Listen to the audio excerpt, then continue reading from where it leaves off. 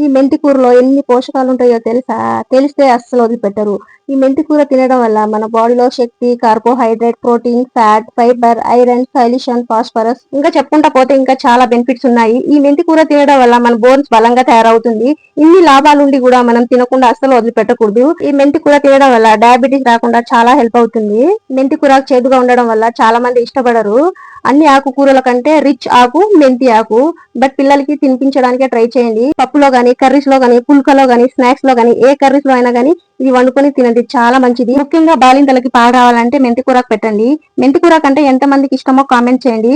ఈ రోజు మా ఇంట్లో మెంతి కూర పకోడీ చేయబోతున్నాను, చాలా బాగుంటాయి.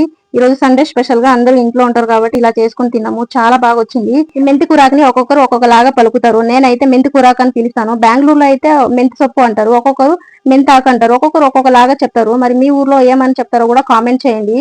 ఈ మెంతి కూరకు వారానికి 3 సార్లు అయినా తినడానికి ట్రై చేయండి, చాలా మంచిది. మా ఇంట్లో నేను ఎక్కువగా ప్రిపేర్ చేసేది ఆకుకూరలతో ఎక్కువగా స్నాక్స్ చేస్తా ఉంటాను. పిల్లలు స్కూల్ నుంచి రాగానే ఇలా చేసి పెట్టారంటే హ్యాపీగా తినేస్తారు. ఈ పకోడీని అల్లం చట్నీ గానీ, పుదీనా చట్నీ గానీ, టమాటా కెచప్ తో సర్వ్ చేయండి, చాలా బాగుంటాయి. టేస్ట్ మాత్రం అదిరిపోయింది. మీరు కూడా మీ పిల్లలకి హెల్తీగా పెట్టాలనుకుంటున్నారా? అయితే ఈ విధంగా ట్రై చేయండి. మీకు ఎలా అనిపించిందో నాకు ఈ కామెంట్ ద్వారా తెలియజేయండి. ఈ వీడియో మీకు నచ్చినట్లయితే లైక్, షేర్, సబ్స్క్రైబ్ చేయడం మాత్రం అస్సలు మర్చిపోవద్దు. మరో వీడియోతో మీ ముందుకు వస్తాను. Bye bye. ప్లీజ్ సపోర్ట్ చేయండి ఫ్రెండ్స్.